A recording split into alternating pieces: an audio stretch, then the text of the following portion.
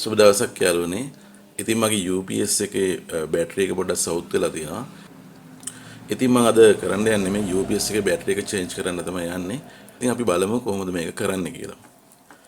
මුලින්ම ඉතින් මම UPS එක කරන්න පොඩ්ඩක් මේකේ දූවිලි තියෙනවා මේ විදියට. ඒ ටික පොඩ්ඩක් ක්ලීන් කරගන්නවා. වටේ පොඩ්ඩක් ක්ලීන් කරගන්නවා. අතන මේ UPS එක මම දැන් අවුරුදු බැටරි එක මම හිතන්නේ අවුරුදු දෙකක් විතර පාවිච්චි කරා. අවුරුදු දෙකක් වගේ යනකොට බැටරි එක සවුත් වෙනවා. ඉතින් අපි දැන් අලුත් බැටරි එකක් මේකට දාලා බලමු.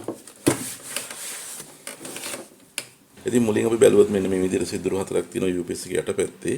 ඒ සිදුරු හතරේ අපිට ස්ක්‍රූ පිටින් දාලා පුළුවන් අපිට මේ විදිහට රිමූව් කරන්න නට් හතර.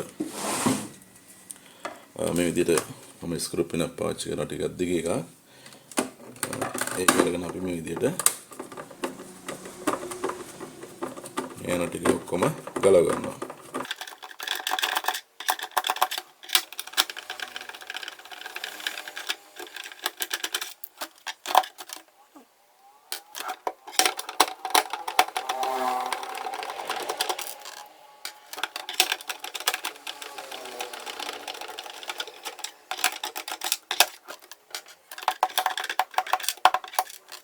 දැන් මම එන හතරම මේකේ තෝර ඉවත් කරගත්තා. මේ විදිහට එන හතර මම ඉවත් කරගත්තා. දැන් මට මේ විදිහට පුළුවන් මේකේ උඩ කව එක ඉවත් කරන්න.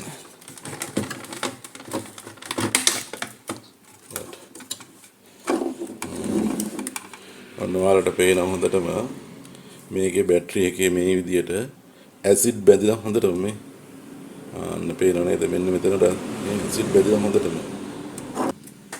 මෙන්න මේ විදිහට ඇසිඩ් බැඳිලා හොඳටම මේ කුඩු මේ තවදුරටත් මේ බැටරි එක පාවිච්චි කරන්න බෑ අපිට. එහෙනම් අපි දැන් මේ බැටරි එක මේ විදිහට රිමූව් කරගන්න. ඉතින් මහා ලොකු දෙයක් නෑ. ඔයාලට පේන මෙන්න මේ ක්ලිප් දෙක මේ විදිහට ක්ලිප් එකම කඩලා ආවා. මොකද ඒක දිරලා තියෙන්නේ. හරි. අනිත් එක මම මේ විදිහට ඉවත් කරනවා.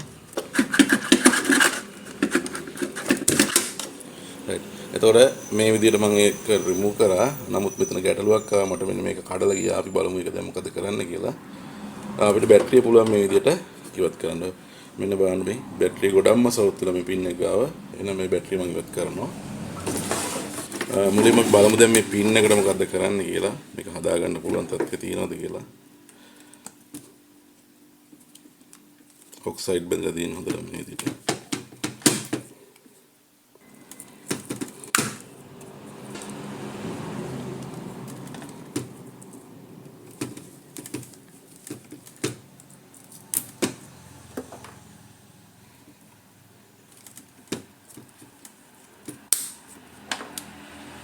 මේකේ බැටරි එකේ වතුර ලීක් වෙලා තියෙනවා. මේ තියෙන මේ විදිහට මේ වතුර ලීක් කරලා මේ හැමතැනම සවුත් වෙලා තියෙනවා. මේ බැටරිය ගොඩක්ම සවුත් වෙලා ඉවරයි.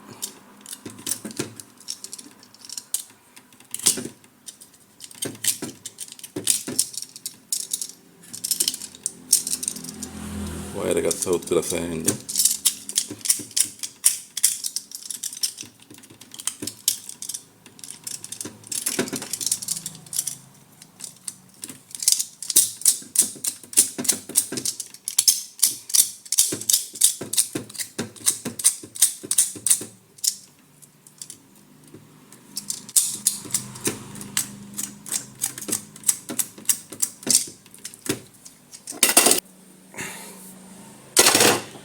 දැන් මම මේකට පොඩි හුලම් පාරක් අල්ලගන්න බ්ලෝවර් එකට අරගෙන යනවා.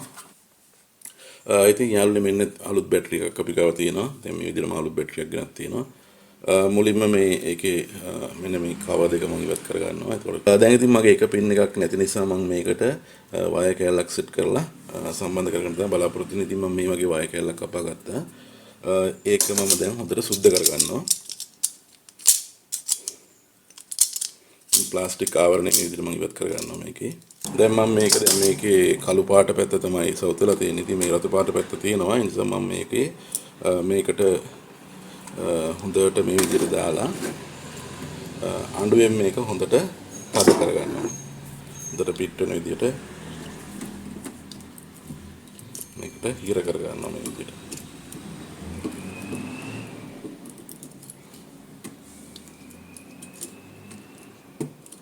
ඊට පස්සේ අපිට පුළුවන් බැටරි එක මේ විදිහට ඇතුල් කරලා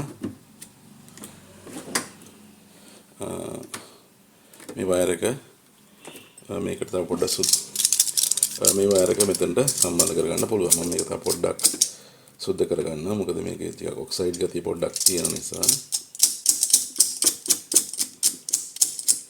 මේ විදිහට හොඳට සුද්ධ කරගන්නවා.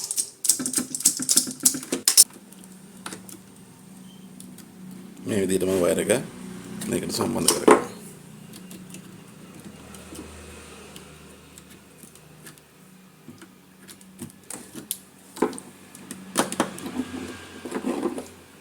මේකේ ක්ලිප් එකත් මේ විදිහට මම මේකට සම්බන්ධ කරගන්නවා.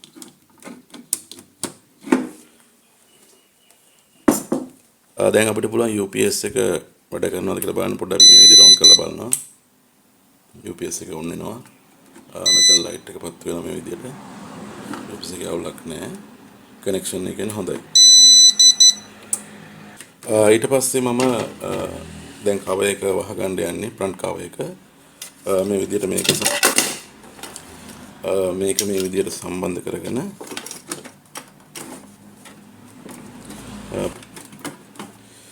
මේ විදිහට වහ ගන්නවා.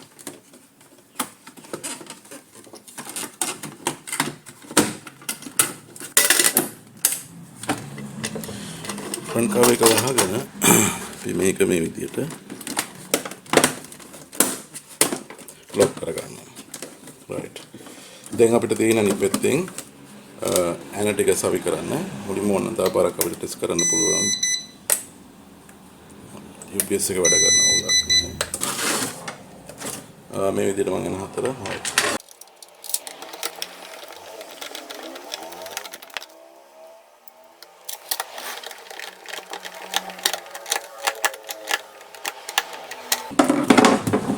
හරි.